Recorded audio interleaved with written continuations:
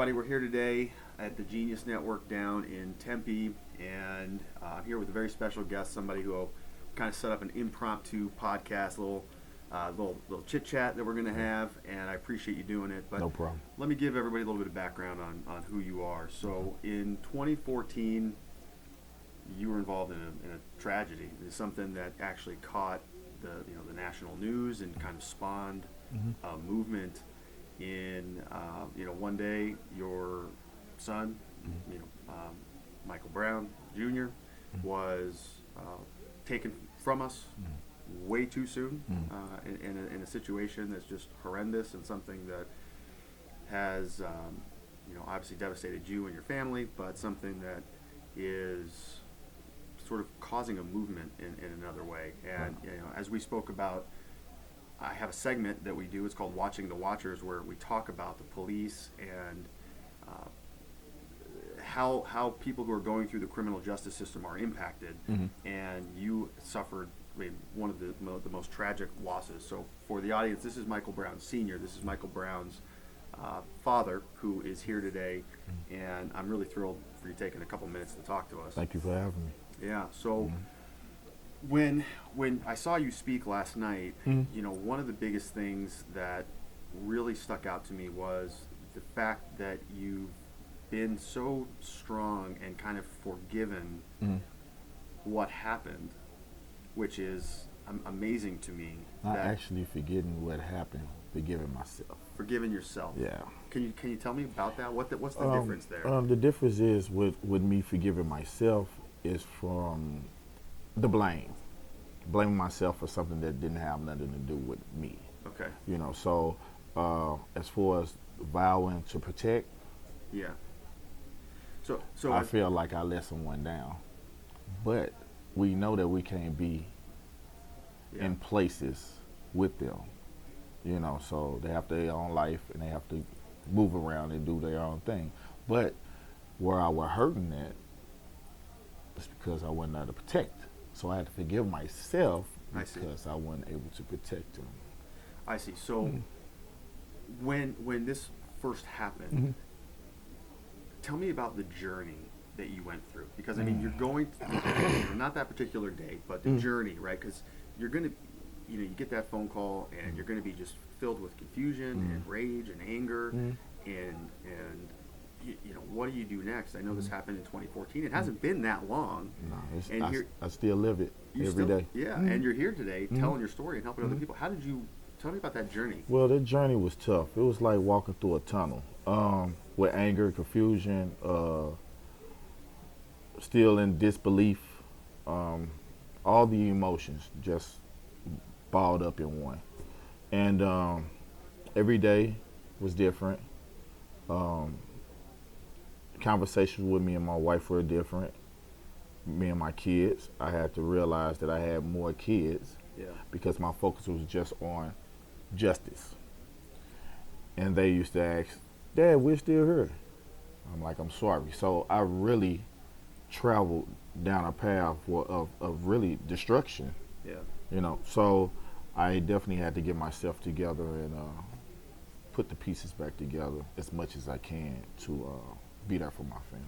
Yeah, how did you do that? Were you leaning on support? Were you working with counselors? Were you going to grief groups? How do you get through that? So the family does have a counselor. She comes out once a week. Definitely a praying mother, praying wife. They never gave up on me. They knew I was battling with something that was bigger than all of us mentally. Yeah. So they stayed around for support, which I am blessed for that, because some people run because it'd be too much. Yeah. So and I had to get to a place of peace with myself. Yeah. What's interesting to me, so the distinction between forgiving yourself, that was really based in the idea that this is your son. And as a father, you've got an obligation to protect your son. Yes, sir. And so you were initially kind of overwhelmed with guilt because you couldn't have been there for him? Or what was your thought process in that? Well, definitely my thought process, to be honest, was to look for a person to fix it. Yeah. You know, um, with that, with all those feelings balled up and feeling that way and knowing that I might not see this person again, I had to come to a place where I can't let this guy win. He's still winning over my life. Yeah. And you're So, talking about the officer yes. who actually shot your son. Yes, yes. Yeah, because no charges Yes. were filed against No. him. He got off scot-free. No. He's a police officer. He's a white guy. Mhm. You know, there's a lot of, you know, racial tension there. Mhm. And so when you're saying you're forgiving yourself, it's about you. It's about me grabbing control back over my life as much as I can. I don't feel like I need to forgive him. He needs to be asking for forgiveness. You understand what I'm saying? Yeah. So where I'm at with my forgiveness is just building myself back up, trying to get back into a place where I was comfortable at. Yeah. You know, so I can still complete my mission. It's other families that's dependent on me, but they don't know they helped me through the journey still too. Yes. When we all get together. So, and my family, definitely my family. I have to be strong for my family. So, you know, Yeah. I still have. Yeah. Did you find that the emotion and kind of the anger and the resentment, that it was becoming poisonous and toxic into other areas of your life? Oh yeah, of course. Definitely, I have noticed anxiety. I noticed different rhythms of the heart. Yeah. I noticed seeing stars, high blood pressure. Yeah. You know, so my body did change from all that anger. You know, and not properly taking care of myself. You know, not eating right, not eating at all. Yeah. You know, stressing. Yeah. You know, so yeah, I had to get to a place of healing. It's a tough thing. You Oh, know, yeah. I was, we had spoken a little bit. I lost my little brother way too early to a drug problem, the opioid addiction, and he eventually took his own life. And the fact, you know, there's a lot of guilt that I have about, you know, I could have done more, I could have been there, I could have done that, and I also found that it was toxic, but sort of the process of talking about it and sharing your story and helping the next person has been very beneficial for me. Are you finding value in that? Yes, sir. Yes, sir. Definitely to the people that's watching, they have to understand that all parties hurt off of death. Siblings hurt too. You know, they have a different type of bond than a father and a child does. They sleep together, they eat together, they wrestle together. You know, the bondings are incredible. So we have to always remember that siblings, they hurt too. They do, yeah, they do, and it's a different kind of grief, you know. And it's funny because there's a different kind of grief between a parent and a child, or a child who loses their parent, and siblings who lose somebody, or a husband and wife, and so everybody's grief journey is unique. How is your family doing? So you've been able to find some peace forgiving yourself. Yeah. How about them?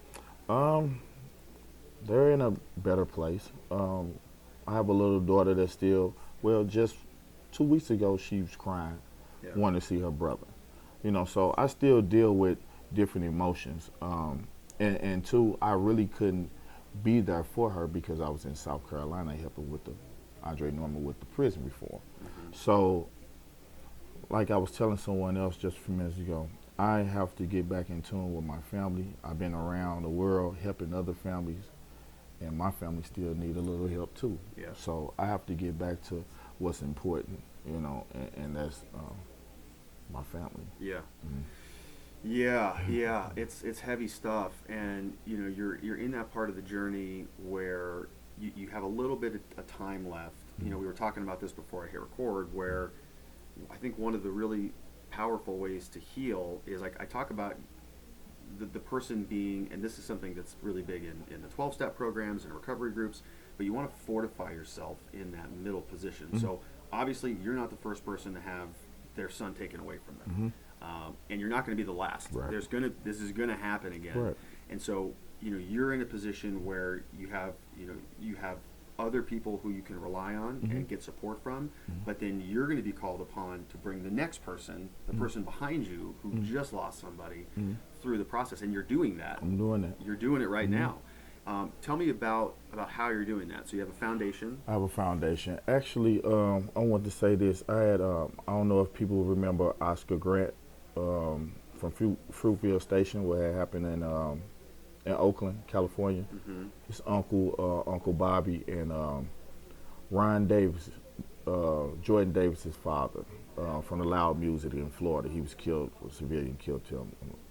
But they reached out to the family, reached out to us when it first happened. And they always told me, Mike, if you got to holler, you got to scream, you need a phone call, 3, 4 o'clock in the morning, we waiting on the phone call, brother, we're here for you. Yeah. So this is how I'm treating the situation with other families. My wife gives them roses, write them a little poem for the woman, and I take the man, and we go and talk, and we try to talk on next steps. We definitely don't go, I don't want to go right in when it's first happening because it's so fresh. Yeah. And it's, you have to be careful. Yeah. You have to be careful with it. It's fragile. Yeah. So I give them about a week or 2 weeks, and I go and visit with the family and get them words of encouragement, give my brother or my sister a hug, and tell them that they got an extended family, and I'm sorry that they're part of a club that no one wishes to be with, you know. Yeah. So. Yeah, and your situation, anytime you lose anybody close to you, it's difficult. Your situation was one that was shot into the spotlight of a nation. I mean, so on top of the pressure of you losing your son, now you have this microscope going on, and you have a lot of people from both sides who really don't know what the hell they're talking about, right? And maybe you can share your experience on that. When people come to you and say, hey, I'm sorry for your loss, I know how you feel. No, you don't. Right. You don't know. Right. I appreciate it, but it's not like losing a pet or dropping your plate of food or something. This is a tragic thing. Yeah. But in addition to that, now you've got all of this spotlight. You've got one segment of the population who says, well, your son essentially caused it or contributed to it. And then you've got the other side who say, hey, this is an epidemic that we're seeing across the African American community. And you're caught in this political debate, and you're trying to recover from your grief. How do you deal with all that? I had to separate myself from all of it. Definitely with the public, it saddens me that the newscast has put that type of stuff out there. Yeah. And it's sadly that we have people that first thing that they see, they go off of. They don't want to investigate nothing else. They got their mind made up. That's what they said. They believe it. Yeah. So it's hard to beat truth into someone that already has their mind made up. So I just hope and wish, and like I told the newscast at home, they asked what can we do better, because I told them I really don't, affiliate myself with them, and they want to know why. And I told them because they put up the wrong narrative. Yeah. They should wait at least a few hours later after a tragedy happened to release. Yeah. Because what you put out into the world sucks it up. Yeah. And that's misleading, the community. Yeah. So, but anyway, you always have people that have their own agenda and their own thoughts, because you have some people that just feel like the police is always right. I know they're that never wrong. I know that very well. So Yeah. it's sad, but it is sad. Yeah, but that's just their truth and their belief. Yeah. So it may be wrong, but they think it's the right thing. You're right. It is hard to change people's minds, and there's kind of this popular conception. And I'm not saying all police officers are bad, but the idea that all police officers are good is absolutely wrong. Right. It's absolutely not right. Right. You wouldn't do that with anything. Not all plumbers are good. Right. Not all lawyers are good. Right. It's just that way. And so you have to be cognizant of that fact. But when a tragedy like this happens, everybody just polarizes immediately. And nobody knows anything about your son. Nobody was there. Nobody knows anything about him, or about this officer. But everybody just jumps to conclusions, and it's insane. But the pressure that you and your family must have been under, has a lot of that kind of subsided? Or Well, we still get hate mail. I still get hate mail I done changed my number about 3 times. Gladly, we don't have no one coming by the house because that could be real tragic. But People are but sending you hate mail. yeah, I still get hate mail because I still have my mother's address is still like on my file, so they still send it to her house. So it's almost like she's receiving hate mail, but it's for me. So yeah. About what? Your son deserved what he got. You did NUGGR. You know, your kids will suffer too. We're gonna dig him up, throw him on your mother's porch. You know, we get it all. You know, so it's just where we have to be. I have to be strong. You know, it used to bother me in the beginning because it was all fresh. You know, and reading comments on Facebook and on IG, and you know, I just can't pay no attention to that stuff. You know, it's not scary. You know, it's like someone blowing at your ear, but it don't hurt. You know. Yeah. Until they thump it. You know. So that's a different fear. Yeah. But yeah. I mean, you have a lot more grace than I have, my friend. I mean, I guess it's right. What else can you do? Is the biggest thing is any type of retaliation or act out, it defines who my son was, and I never want to demise his image from off me. Yeah. You know. That's profound. Yeah. I mean, it is because those people would love for you to do something that they could tie back and say, well, see, and it would just and they would pick that out and choose what they want to serve their own storyline. So it's definitely a growth thing. I can definitely tell you that. It made me see things differently. I had to grow, you know, to be stronger. Man, it's been a hell of a journey. I'll tell you that.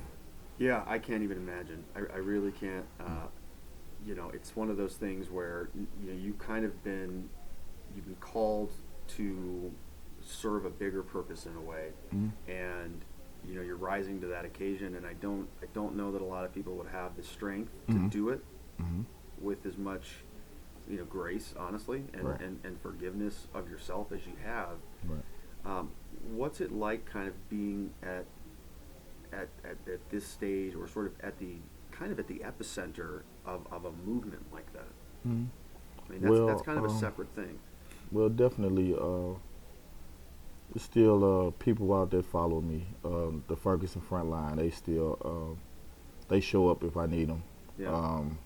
The Muslim community, all the communities that was out there, the Christian community, everyone still received me the same way. You know, I'm not into protesting no more. I feel like we're not getting nothing done with that. Yeah. But I don't take that away from no one else. If that's what they choose to do, it's fine. Yeah. You know, so if they want to do that to keep awareness of Mike's name or something like that, that's cool. But overall, people still greet me the same.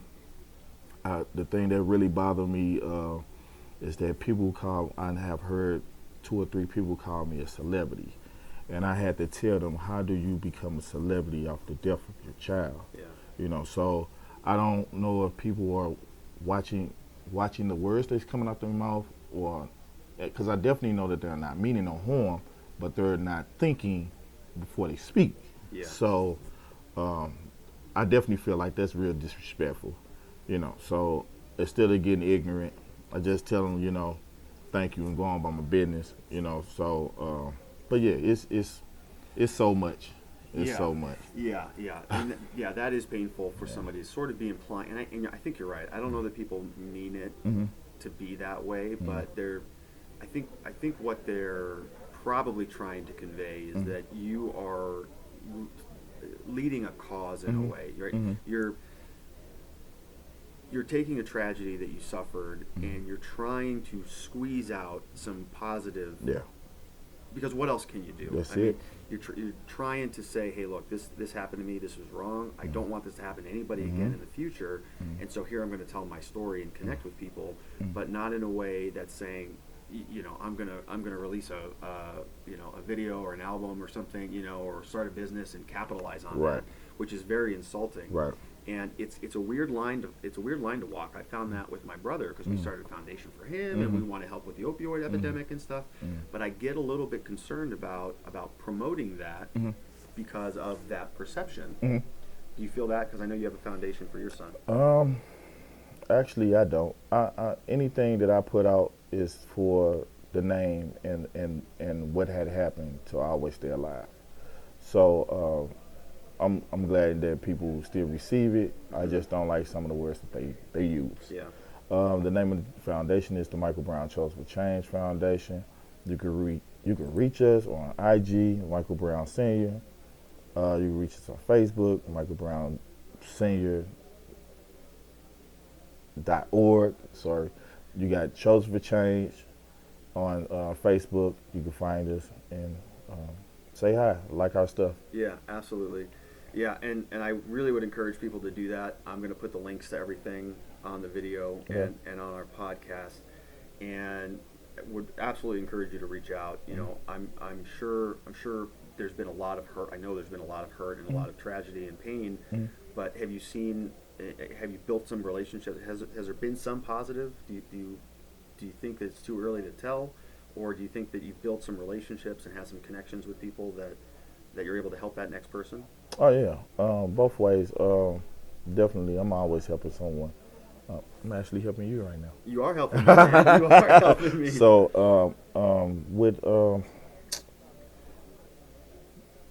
with everything, everything is in a positive way. So Yeah. Well, listen, I appreciate your time. I know I stole you for a little Oh, bit. it's okay. And I appreciate you coming in and doing It's this. okay. But look, so Michael Brown Senior, check out the foundation, follow him on all the links. My friend, I appreciate you talking to me. Thank you. All right, man.